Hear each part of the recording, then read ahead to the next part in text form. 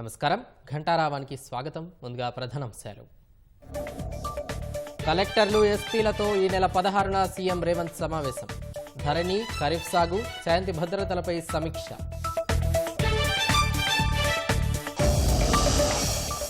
లోక్సభ ఎన్నికల ఫలితాలపై కురియన్ కమిటీ రెండో రోజు ఆరా. హాజరైన మంత్రులు, ఎమ్మెల్యేలు.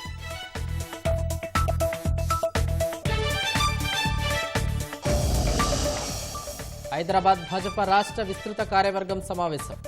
ముఖ్య అతిథిగా హాజరైన కేంద్ర మంత్రి ధర్మేంద్ర ప్రధాన్.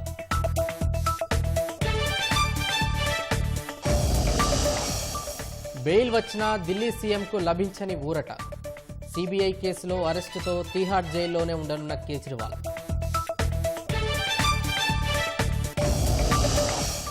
నేపాల్లో నదిలో కొట్టుకుపోయిన 2 బస్సులు. ముమ్మరంగా కొనసాగుతున్న సహాయక చర్యలు.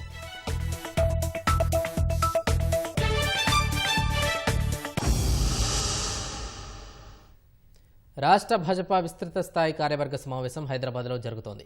పార్టీ రాష్ట్ర అధ్యక్షుడు కిషన్ రెడ్డి మాట్లాడుతున్నారు. ప్రత్యక్ష ప్రసారం ద్వారా చూద్దాం. జరిగితే ఈ రాష్ట్రంలో అన్యాయం జరిగితే, ఈ రాష్ట్రంలో ప్రజలు అన్యాయానికి గురైతే దానికి పూర్తి బాధ్యత కాంగ్రెస్ పార్టీ, బీఆర్ఎస్ తప్ప భారతీయ జనతా పార్టీని విమర్శించేటువంటి నైతిక హక్కు ఈ 2 పార్టీలకు లేదనే విషయాన్ని ఈ సందర్భంగా మనవి వస్తున్నాను. చివరకు మనకు తెలుసు, ఎంఐఎం ఎంపీ పార్లమెంటులో ఓటు తీసుకునేటప్పుడు జై పాలిస్తానని నినాదం ఇచ్చాడు. సిగ్గుండాలే కాంగ్రెస్ పార్టీకి, సిగ్గుండాలే బీఆర్ఎస్ పార్టీకి. ఏ ఒక్క పార్టీ కూడా భారతదేశానికి సంబంధించినటువంటి పార్లమెంటుకు సభ్యుడిగా ఎన్నికైనటువంటి ఓటు కార్యక్రమంలో జై పాలిస్తీన్ అనేటువంటి నినాదం ఇచ్చాడు తప్ప భారత మాతకు జై అనేటువంటి వ్యక్తి ఈరోజు అలాంటి వ్యక్తితో కొమ్ము కాస్తున్నటువంటి పార్టీలు ఈరోజు కాంగ్రెస్ పార్టీ, బీఆర్ఎస్ పార్టీలను మనం చేస్తా ఉన్నాను. వీరు ఏ రకమైనటువంటి సెక్యులరిస్టులో ఈరోజు తెలంగాణ ప్రజలు అర్థం చేసుకోవాల్సిందిగా మారుతా ఉన్నాను. పదే పదే రాజ్యాంగాన్ని మారుస్తారని, రిజర్వేషన్లు ఎత్తివేస్తారని తెలంగాణలో ప్రచారం చేయడం జరిగింది. కానీ నేను తెలంగాణ సమాజాన్ని, తెలంగాణ ప్రజలకు కృతజ్ఞతలు తెలియజేస్తా ఉన్నాను. కాంగ్రెస్ పార్టీ చేసినటువంటి తప్పుడు ప్రచారము, రాహుల్ గాంధీ, రేవంత్ రెడ్డి ఊరూరా తిరిగి చేసినటువంటి ప్రచారము తెలంగాణ ప్రజలు నమ్మకుండా నరేంద్ర మోడీ గారి నాయకత్వంలో విశ్వాసం ఉంచి ఆదరించినందుకు నేను ధన్యవాదాలు తెలియజేస్తున్నాను. అంతేకాకుండా ఈరోజు మనవి చేస్తా ఉన్నాను, కాంగ్రెస్ పార్టీ అధికారంలో ఉన్నప్పుడు ఏ రకంగా మోసం చేసిందో మనకు తెలుసు. అందుకే గత 10 సంవత్సరాలుగా కేంద్రంలో అధికారంలో ఉన్నటువంటి భారతీయ జనతా పార్టీ ఏదైతే చెప్పిందో అది చేయడం జరిగింది. ఏదైతే గ్యారంటీ ఇస్తే గ్యారంటీని ఖచ్చితంగా అమలు చేసేటువంటి పార్టీ భారతీయ జనతా పార్టీ. గత 75 సంవత్సరాలుగా దేశంలో కానీ అనేక రాష్ట్రాల్లో కానీ ఎప్పుడెప్పుడు కాంగ్రెస్ పార్టీ అధికారంలో ఉంటే ఏ ఒక్క రోజు కూడా ఇచ్చినటువంటి హామీలను అమలు చేయనటువంటి పార్టీ కాంగ్రెస్ పార్టీ అనే విషయము ఈరోజు 100% తేటతెల్లమైంది. నీళ్ళేవో పాలేవో ఈరోజు అర్థమవుతా ఉంది. అంతేకాకుండా ఈరోజు ఈ సందర్భంగా మనయేస్తున్నాను, తెలంగాణ రాష్ట్రంలో గత 10 సంవత్సరాలలో అన్ని రకాల అభివృద్ధిలో నరేంద్ర మోడీ గారి ప్రభుత్వము, బీజేపీ ప్రభుత్వము ఏ రకంగా అండదండలు అందించిందో మనకు తెలుసు. గ్రామీణ సడక్ యోజన కానీ, లేక అన్ని రకాల ఒక గ్రామంలో పేదవాడికి టాయిలెట్ నిర్మాణం మొదలు పెడితే, ఒక రైతుకు కిసాన్ సన్మాన్ నిధి ఇవ్వడం మొదలు పెడితే, ఒక సంవత్సరానికి 1 ఎకరానికి మరి ఎరువుల మీద 18,000 రూపాయలు ప్రతి ఎకరానికి ఈ తెలంగాణ రాష్ట్రంలో నరేంద్ర మోడీ గారి ప్రభుత్వం సబ్సిడీ అందిస్తున్నట్టు మొదలు పెడితే, గ్రామ పంచాయతీలకు కానీ, బస్తీ దవాఖానాలకు కానీ, ఈ రకంగా జాతీయ రహదారులకు కానీ, రైల్వేల అభివృద్ధికి కానీ, విద్యుత్ రంగానికి కానీ అన్ని రకాలుగా నరేంద్ర మోడీ గారి ప్రభుత్వము దాదాపు 10 లక్షల కోట్ల రూపాయలు గత 10 సంవత్సరాలలో నరేంద్ర మోడీ గారి ప్రభుత్వము తెలంగాణ కోసం ఖర్చు చేసిందనే విషయాన్ని ఈ సందర్భంగా మనవి వస్తున్నాను. మరి బీఆర్ఎస్ పాలనలో కుటుంబ అభివృద్ధి జరిగిందే తప్ప తెలంగాణ అభివృద్ధి జరగలేదనే విషయాన్ని ఈ సందర్భంగా మనవి వస్తున్నాను. ఈరోజు ఏ రకంగా కూడా ల్యాండ్ మాఫియా కానీ, శాండ్ మాఫియా కానీ, గ్రైనేడ్ మాఫియా కానీ, లిక్కర్ మాఫియా కానీ, డ్రగ్స్ మాఫియా కానీ ఈరోజు ఏ రకంగా ఈ రెండు పార్టీలు రాష్ట్రంలో గతంలో బీఆర్ఎస్ లూటీ చేస్తే ఈరోజు కాంగ్రెస్ పార్టీ మేమేం తక్కువ తిన్నామనే విధంగా లూటీ చేస్తున్న విషయాన్ని ఈ సందర్భంగా మనవి చేస్తున్నాను.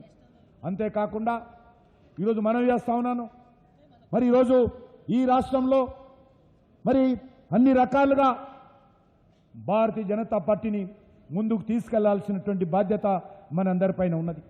దానికోసము భారతీయ జనతా పార్టీ కార్యకర్తలు మనమందరం కూడా మరి ఖచ్చితంగా ముందుకెళ్లాల్సినటువంటి అవసరం ఉంది. స్వతంత్ర భారతదేశ చరిత్రలో మరే రాజకీయ నాయకుడు సాధించలేనటువంటి రికార్డును ఈరోజు నరేంద్ర మోడీ గారు సాధించారు. దేశవ్యాప్తంగా భారతీయ జనతా పార్టీ ముందుకెళ్తా ఉంది. ఈరోజు మనం చేస్తా ఉన్నాను, మరి అన్ని రకాలుగా పార్లమెంట్ ఎన్నికల్లో భారతీయ జనతా పార్టీ విజయాన్ని తక్కువ చేసి చూపించేటువంటి ప్రయత్నం జరుగుతూ ఉంది. మరి ఈరోజు మనం చేస్తా ఉన్నాను, 3 సార్లు అధికారంలో ఉన్నటువంటి పార్టీ, మరి 2 సార్లు అధికారంలో ఉన్నటువంటి పార్టీ 3ఓసారి అధికారంలో రావడం అనేటువంటిది చాలా పెద్ద విషయం. జవహర్లాల్ నెహ్రూ టైంలో మాత్రమే వరుసగా 3ఓసారి నెహ్రూ గారు ప్రధానమంత్రి అయ్యారు. ఆ రోజు ఇంత రాజకీయ చైతన్యం లేదు, ఆ రోజు ఇంత రాజకీయపరమైనటువంటి పోటీ లేదు, ఆ రోజు ఈ రకమైనటువంటి ప్రచార ప్రసార సాధనాలు లేవు, టీవీ లేవు, సోషల్ మీడియా లేదు, ఇంత పెద్ద ఎత్తున న్యూస్ పేపర్స్ లేవు. గ్రామం నుంచి మొదలు పెడితే ఢిల్లీ వరకు ఆ రోజు కాంగ్రెస్ పార్టీ మాత్రమే ఉండేది. ఆ సమయంలో 3ఓసారి మాత్రమే కాంగ్రెస్ పార్టీ అధికారంలోకి వచ్చింది. ఆ తర్వాత 1962 తర్వాత దేశంలో ఏ పార్టీ కూడా 3ఓసారి అధికారంలో రాలేదు. ఆ ఘనత, ఆ ఖ్యాతి, ఈరోజు ఆ ప్రజల ఆమోదము, ప్రజల మద్దతు ఇన్ని సంవత్సరాల తర్వాత ఒక నరేంద్ర మోడీ గారికి మాత్రమే ఆ ఘనత దక్కిందనే విషయాన్ని ఈ సందర్భంగా మనవిస్తున్నాను.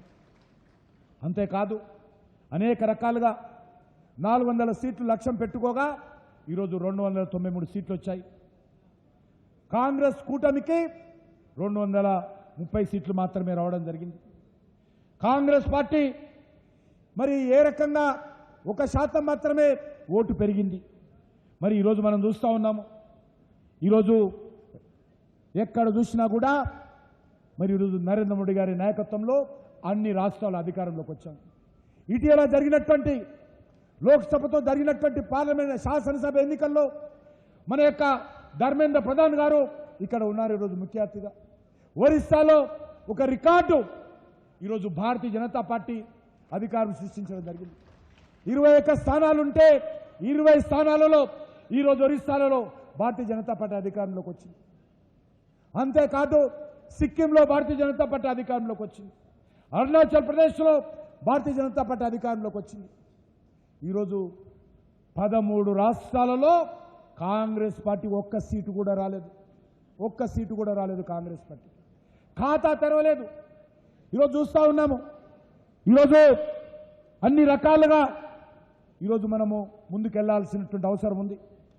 ఈరోజు భారతీయ జనతా పార్టీకి 23 కోట్లకు పైగా ఓట్లు సాధించాము. మరి ఈరోజు మనం చేస్తా ఉన్నాము, కాంగ్రెస్ పార్టీ కంటే 10 కోట్లకు పైగా అత్యధికమైనటువంటి ఓట్లు ఈరోజు భారతీయ జనతా పార్టీ సాధించింది. భారతీయ జనతా పార్టీ సొంతంగా 240 స్థానాలు గెలుచుకున్నాము. ఎన్డీఏతో కలిపితే ఆల్మోస్ట్ 300 స్థానాల్లో ఈరోజు అధికారంలో ఉన్నాము. కేవలం విజయం మాత్రమే సాధించడం కాదు, ఈ ఎన్నికల్లో అనేక రికార్డులను కూడా భారతీయ జనతా పార్టీ సాధించింది. అంతేకాకుండా మన భారతీయ జనతా పార్టీ పోటీ చేసినటువంటి స్థానాలలో మన స్ట్రైక్ రేటు 63% ఉంది. పోటీ చేసినటువంటి స్థానాలలో గెలిచినటువంటి స్థానాలు 63% ఉంటే కాంగ్రెస్ పార్టీ 23% ఉంది. అది కూడా కాంగ్రెస్ పార్టీ తమిళనాడులో, కేరళలో, మరి ఇతర అనేక రాష్ట్రాలలో పొత్తుల మీద ఆధారపడి గెలిచింది తప్ప సొంత కాళ్ళ మీద కాంగ్రెస్ పార్టీ దేశంలో గెలవలేదు.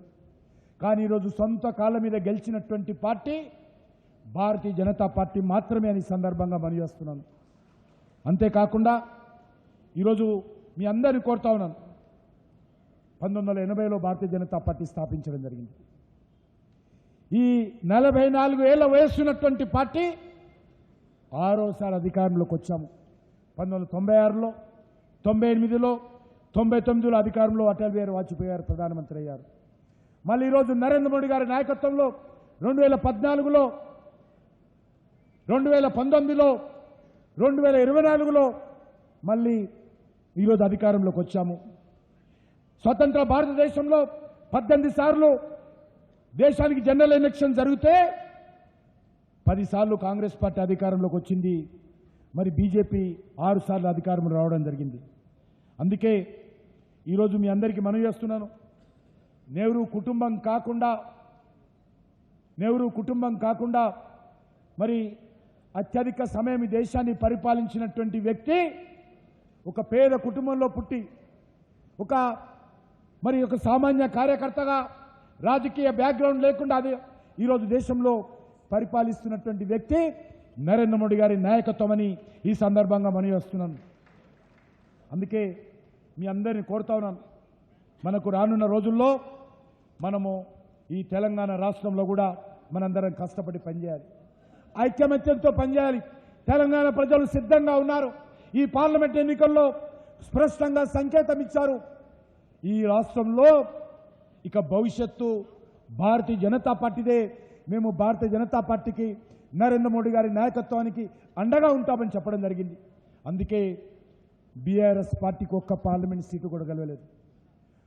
భారతీయ జనతా పార్టీదే. మేము భారతీయ జనతా పార్టీకి, నరేంద్ర మోడీ గారి నాయకత్వానికి అండగా ఉంటామని చెప్పడం జరిగింది. అందుకే బీఆర్ఎస్ పార్టీకి ఒక్క పార్లమెంట్ సీటు కూడా గెలవలేదు. 3 ఎమ్మెల్యే సీట్లలో మొన్న జరిగినటువంటి పార్లమెంట్ ఎన్నికల్లో బీఆర్ఎస్ పార్టీ లీడ్ వచ్చింది. కాబట్టి ప్రజలు చాలా స్పష్టంగా ఈ రాష్ట్రంలో రానున్న రోజుల్లో భారతీయ జనతా పార్టీని ఆదరించాలనేటువంటి చాలా స్పష్టమైనటువంటి నిర్ణయం, తీర్పు ఈ పార్లమెంట్ ఎన్నికల్లో మనకిచ్చారనే విషయాన్ని ఈ సందర్భంగా మనం చేస్తా ఉన్నాను. అందుకే మనందరం కూడా మరి కష్టపడి పనిచేయాల్సినటువంటి అవసరం ఉంది.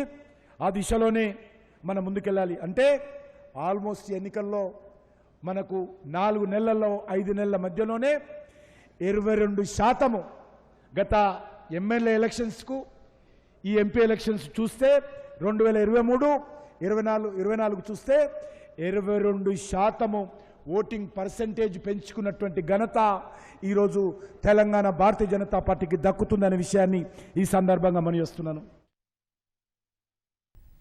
రాబోయే బడ్జెట్ సమావేశాల నేపథ్యంలో భాజపా ఎల్పీ సమావేశమైంది. అసెంబ్లీ ఎల్పీ కార్యాలయంలో ఏలేటి మహేశ్వరరెడ్డి అధ్యక్షతన జరిగిన భేటీకి భాజపా ఎమ్మెల్యేలంతా హాజరయ్యారు.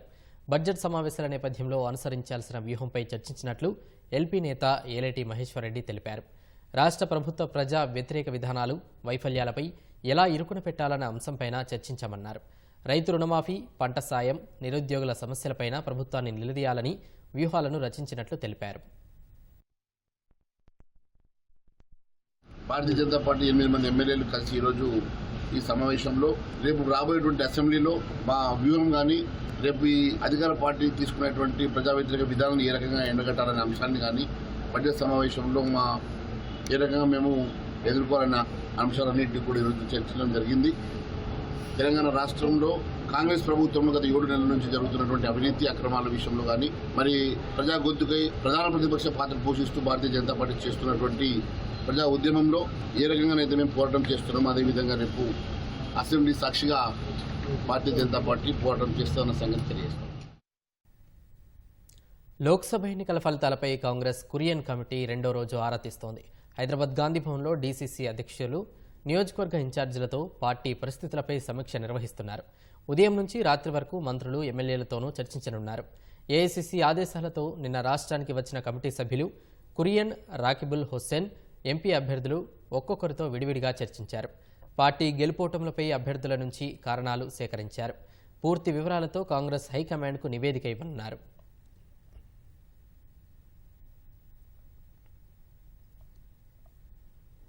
పరిపాలనా అంశాలపై చర్చించేందుకు ఈ నెల 16న కలెక్టర్లు, ఎస్పీలతో ముఖ్యమంత్రి రేవంత్ రెడ్డి సమావేశం కానున్నారు. 16న ఉదయం 9 వరకు సచివాలయంలో సమావేశానికి హాజరు కావాలని సీఎస్ శాంతికుమారి ఆదేశించారు. ధరణి, ప్రజాపాలన, ఖరీఫ్ సాగు, సీజనల్ వ్యాధులు, వన మహోత్సవం, శాంతి భద్రతల నిర్వహణ తదితర అంశాలపై సీఎం చర్చించనున్నారు.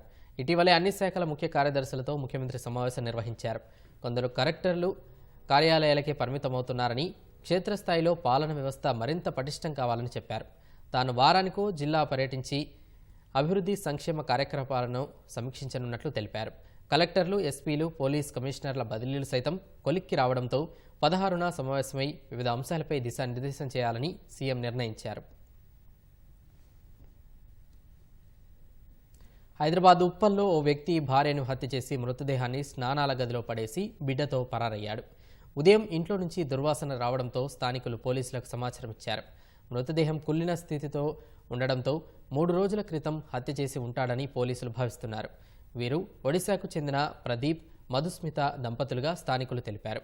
నిందితుడు ఓ హోటల్లో పనిచేస్తూ 6 నెలలుగా న్యూ భరత్ నగర్లో నివాసం ఉంటున్నట్లు చెప్పారు.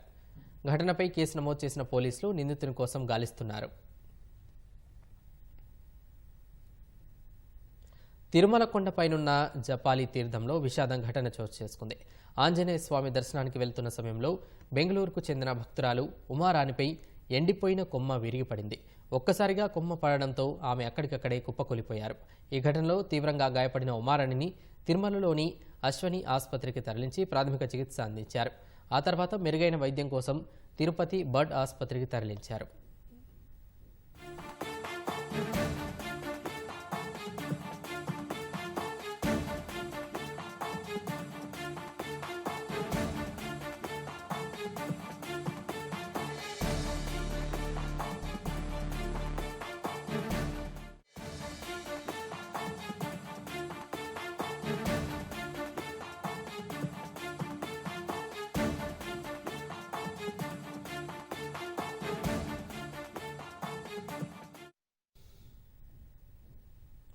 వర్షాకాలం వచ్చిందంటే సీజనల్ వ్యాధులు విజృంభిస్తుంటాయి. వాతావరణంలో వచ్చిన మార్పులు, అపరిశుభ్రత వాతావరణంతో రోగాలు ముసురుతుంటాయి. వాటికి తోడు మలేరియా, స్వైన్ ఫ్లూ, డెంగీలు ప్రతాపాన్ని చూపిస్తుండటంతో జనాలకు తిప్పలు తప్పట్లేదు. జ్వరాలతో ఆసుపత్రులకు వచ్చే వారి సంఖ్య అంతకంతకు పెరుగుతోంది. గాంధీ ఫీవర్ ఆసుపత్రులతో పాటు నీలోఫర్కి భారీగా బాధితులు వస్తున్నారు. ప్రతి ఏటా ముసురు పట్టే సమయాల్లో వ్యాధులు విజృంభిస్తాయి. వర్షాలతో పాటే మేమున్నామంటూ జ్వరాలు, జలుబు, దగ్గు వంటి సమస్యలు చుట్టుముడుతుంటాయి. ఇప్పటికే వ్యాధుల బారిన పడినవారు ఆసుపత్రులకు క్యూ కడుతున్నారు. పిల్లలు, వృద్ధులు, గర్భిణీలు జ్వరం, ఫ్లూ లక్షణాలతో ఇబ్బందులు పడుతున్నారు. ఆయా లక్షణాలతో ఆసుపత్రుల్లో చేరుతున్న వారి సంఖ్య పెరుగుతోంది. ఈసారి స్వైన్ ఫ్లూ విజృంభిస్తోంది. డెంగీ దండయాత్ర చేస్తోంది. హైదరాబాద్లో వాటి ప్రభావం అధికంగా ఉంది. అపరిశుభ్ర వాతావరణం, మురికి నీరు నిలబడ్డంతో దోమలు స్వైర విహారం చేస్తుండటంతో డెంగీ కేసులు ఎక్కువవుతున్నాయి. గతంతో పోలిస్తే డెంగ్యూ కేసులు కాస్త తక్కువగా ఉన్నాయని వైద్యులు చెప్తున్నారు. ఈసారి viral fevers, diphtheria, diarrhoea, gastro సమస్యలు తీవ్రంగా వస్తున్నట్లు తెలిపారు. ఎండాకాలం నుంచి మనము వర్షాకాలంలోకి అడుగుడిగినాము. ఈ యొక్క వర్షాల వల్ల ఏమవుతుందంటే కొంచెము నీరు కొంచెము కలుషితం కావచ్చు. కాబట్టి నీరు వడబోసి చల్లార్చి కాచి వడబోసిన నీరు వాడడం ఎంతైనా మంచిది. వేడిగా ఉన్న ఆహార పదార్థాలు తీసుకోవడానికి ప్రయత్నించాలా. రోడ్ సైడ్ ఉన్నటువంటి ఫుడ్ తీసుకునేటప్పుడు జాగ్రత్త కలిగి తీసుకోవడం ఎంతైనా ఉత్తమము. ఎందుకంటే అవి ఈగలు అవి వాడడం జరుగుతుంది. యువకులు కూడా ఈ యొక్క రోడ్ సైడ్ ఉన్నటువంటి ఈ యొక్క పానీపూరి అని ఇవన్నీ స్నాక్స్ అనేవి తీసుకోవడం జరుగుతూ ఉంది. కాబట్టి వాళ్ళ చేతులు ఎంత శుభ్రంగా ఉన్నాయో మనకు తెలియదు, ఆ నీళ్ళు ఎంత పరిశుభ్రంగా ఉన్నాయో మనకు తెలియదు. కాబట్టి జాగ్రత్తగా కలిగి మనం నీళ్లు కానీ ఆహార పదార్థాలు కానీ శుచి శుభ్రంగా ఉండేట్టు చూసుకోవాలి. ఆ తర్వాత ఈ యొక్క వర్షాకాలంలో ఈ యొక్క నీరు నిల్వ ఉంటాయి. ఈ నిల్వ ఉండడం వల్ల దోమలు అనేది అక్కడ పెరిగే అవకాశం ఉంటుంది. దోమలు పెరగడం ద్వారా దోమ కాటు సంఖ్య పెరిగి తర్వాత దోమ కాటు ద్వారా వ్యాపించే వ్యాధులు విస్తరించే అవకాశం ఉంది. ముఖ్యంగా మనం చూస్తే డెంగ్యూ ఫీవర్ కానీ, మలేరియా ఫీవర్ కానీ, ఈ ఫీవర్లు అనేవి ఎక్కువగా ఈ యొక్క దోమకాటు నుంచే వస్తాయి. ముఖ్యంగా ఏడిస్ ఈజిప్టి నుంచి మనకు డెంగ్యూ ఫీవర్ అనేది వస్తుంది. ఇక డెంగ్యూ ఫీవర్ కాల్ చేసినటువంటి ఇక దోమ మనకు పగటి కాలంలోనే మనకు కుట్టే అవకాశం ఎక్కువగా ఉంటుంది. కాబట్టి మనము దుస్తులు కూడా మనం పూర్తిగా ఉండేట్టుగా వేసుకోవాలి. తేమ వాతావరణం ఏర్పడి ముసుగు కప్పుకొని ఉండడంతో వైరస్ పంజా విసురుతోంది. స్వైన్ ఫ్లూ కారకమైన H1N1 తేమ వాతావరణంలో ఉధృతంగా ప్రజలపై దాడి చేస్తోంది. జ్వరం, దగ్గు, జలుబు, ముక్కు నుంచి నీరు కారడం, గొంతు గరగర, ఒళ్ళు నొప్పులు, అలసట, నీరసం, వాంతులు, విరేచనాలు, ఆకలి లేకపోవడం తదితర సమస్యలు ఉంటే స్వైన్ ఫ్లూగా అనుమానించాలని వైద్యులు చెప్తున్నారు.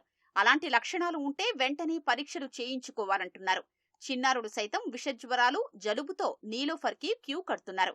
గతంతో పోలిస్తే గడిచిన 10 రోజుల్లో కనీసం 100 మంది వరకు వైరల్ ఫీవర్లతో ఆసుపత్రికొస్తున్నట్లు వైద్యులు చెబుతున్నారు. తీవ్రమైన లక్షణాలు ఉండట్లేదని, జ్వరం 4 నుంచి 5 రోజుల్లో తగ్గే అవకాశం ఉందని చెబుతున్నారు. ఈ కామన్ వైరల్ ఫీవర్స్ యూజువల్గా 2 రోజులు 3 రోజులు ఉండి తగ్గిపోతుంటాయి. First day high grade fever ఉన్నా కానీ పారాసిటమాల్ వేయగానే పిల్లలు యాక్టివ్గా ఉండి ఆడుకుంటున్నారు, అంత డల్గా సిక్గా లేరు అంటే మనకు కంగారు పడాల్సిన అవసరం లేదు. పారాసిటమాల్ అలాగే కోల్డ్కి సంబంధించిన మెడిసిన్స్ వాడి దాంతోపాటు నార్మల్ ఫుడ్ ఆహారం మానేస్తుంటారు. మామూలుగా చాలామంది ఫీవర్ రాగానే అన్నం పెట్టడం మానేస్తారు. సో అది చాలా రాంగ్ ప్రాక్టీస్. యాక్చువల్గా సిక్ ఉన్నప్పుడు మనం ఇంకా ఎక్కువగా ఫుడ్ ఇవ్వాలి వాళ్ళకి. రోజు జ్వరం రాకముందు ఏమేమి ఫుడ్ ఐటమ్స్ ఇస్తారో అవన్నీ కంటిన్యూ చేస్తూ ఎక్కువగా ద్రవ పదార్థాలు ఇవ్వాలి. ఇలా చేస్తే 99% వరకు ఇన్ఫెక్షన్స్ తగ్గిపోతాయి. ఒకవేళ చాలా హై గ్రేడ్ ఫీవర్ ఉండి సివియర్గా గొంతు నొప్పి ఉండి లేదా ఆయాసపడుతూ పిల్లలకి శ్వాస తీసుకోవడం అనేది మామూలు కన్నా ఎక్కువగా ఉంది అంటే దాన్ని న్యూమోనియాగా గుర్తించాలి. శ్వాస తీసుకోవడం ఎక్కువగా ఉండి పిల్లలు ఇబ్బందిగా ఉండి అసలు తినట్లేదు, సుస్తుగా పడుకుని ఉన్నారు అంటే ఆ స్టేజ్లో డెఫినెట్గా అడ్మిట్ చేయాల్సిన అవసరం ఉంటుంది. ఈ సీజన్లో వచ్చే జ్వరాల్లో అత్యధికంగా వైరల్ ఫీవర్లే ఉంటాయని, అవి 3 నుంచి 5 రోజుల్లో తగ్గే అవకాశం ఉంటుందని వైద్యులు చెబుతున్నారు. ఇంటి పరిసరాల్ని పరిశుభ్రంగా ఉంచుకోవడం, మంచి ఆహారం తీసుకోవడం ద్వారా వ్యాధుల బారిన పడకుండా ఉండొచ్చని సూచిస్తున్నారు.